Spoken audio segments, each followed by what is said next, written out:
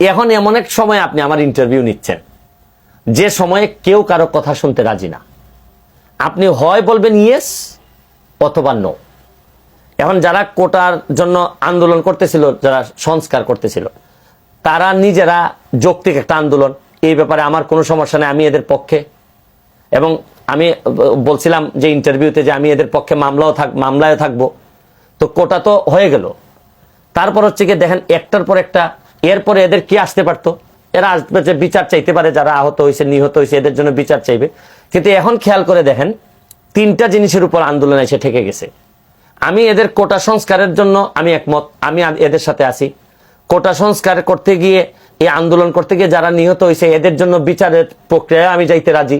আমাকে যদি অ্যাডভোকেট বা ব্যারিস্টার নিয়োগ দেওয়া হয় আমি তাতেও যাব। কেউ যদি প্রশাসন যদি বা পুলিশ থেকে যদি কোনো ব্যর্থতা থাকে কেউ যদি এক্সেসিভ ফোর্স ব্যবহার করে থাকে, এটার জন্য আমি রাজি। আমিও তো এদের সাথে একমত। কিন্তু একটা জায়গায় আমি এদের সাথে একমত না, এটা হচ্ছে গিয়ে যে জামাত বিএনপি এবং জঙ্গিদের সাথে মিলে এরা যে এদের যে প্রাধান্য এখন এই আন্দোলনে, জামাত বিএনপির প্রাধান্য তো এখন সবচেয়ে বেশি। এরা এখন কোটাকে ব্যবহার করে এরা সরকার পতন করতে চায় এবং শেখ হাসিনাকে মেলাইন করতে চায়। এইটাতে আমি একমত না, কারণ আমার নেতা তো শেখ হাসিনা। এই কারণে ধরেন আমাকে অনেকে বলছেন যে আপনার ফলোয়ার একেবারেই কমে যাবে, আপনি জাতীয় ভিলেনে বিবেচিত হবেন। ধরেন আমি আমার কর্মের ফলোয়ার কি কমে গেছে না, আমি জানি না। ওই যে ফেসবুকে আমাকে অনেকে বলছেন যে বিভিন্নভাবে ওরা, আমি নিজেও দেখছি যে ধরেন বাচ্চা ছেলে, বিদেশের বাচ্চা ছেলেরা, এরা হয়তো আমার কাজের আগে প্রশংসা করতে এখন ব্যাপকভাবে আমাকে ধরেন বকাঝকা করতেছে। এইগুলা ভাষায় প্রকাশ করার মতো না, কিন্তু আমি আবার এগুলাতে অভ্যস্ত। কারণ আপনি যখন কাউরে গালি দিবেন, এর মানে হচ্ছে কি বুঝতে হবে যে এই লোকটারে হয়তো আপনি বুঝাইতে পারেন নাই। এটা আমারই ব্যর্থতা যে আমি বুঝাইতে পারি নাই। এখন যে লেভেলের এক্সপার্টিজ আমার হয়েছে, আমি এমপি হিসাবে তো মঙ্গলবারই আমি টের পাইছি যে এই প্রশাসন এটা মেনে নিবে। আমি তো এই জন্যই বলছিলাম যে 2টা দিন ওয়েট করেন আপনারা, কারণ আমার কাছে একটা সিক্স সেন্স আমার কাজ করতেছে। আমি জানি যে এরা কোটা সংস্কার চায়, কারণ কোর্ট যদি রবিবারে এটা মেনে নেয় তাহলে তার আন্দোলনের দরকার ছিল। আমি তো ওইটাই বলছি যে ভাই আপনারা কোর্টের উপর একটু 2টা দিন ওয়েট করেন, যদি না পারেন আপনারা আবার আন্দোলন করেন।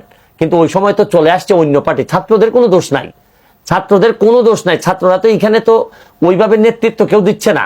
এখানে একটা যৌক্তিক আন্দোলন নিয়ে আমিও তো যখন ছাত্র ছিলাম, যৌক্তিক আন্দোলন হইলে আমিও তো গেছি। আমার 500 প্রশ্ন ছিল যে ওইটার জন্য আমি আন্দোলনে, আমার মনে আছে আমি গেছি।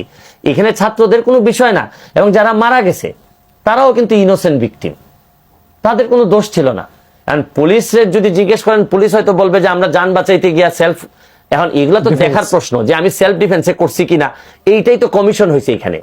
তো আলটিমেটলি আপনার সাথে আমি কোটা সংস্কার পর্যন্ত আছি আন্দোলনে, আপনার সাথে আমি বিচারের প্রক্রিয়ায় আছি। কিন্তু আপনি যদি এই প্রক্রিয়ার মধ্যে ভিতরে যদি লুকাই থাকেন যে আপনি এই সরকারের পতন করতে চান বা গণভবন দখল করতে চান অথবা আমার নেতা শেখ হাসিনাকে আপনি মেলাইন করতে চান, তাহলে আমি আপনার সাথে নাই।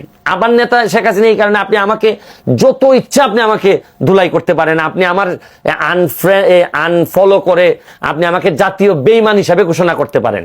কিন্তু আমি যার আগে থেকে ছিলাম, কারণ আমার চরিত্র সম্পর্কে আপনাদের জানা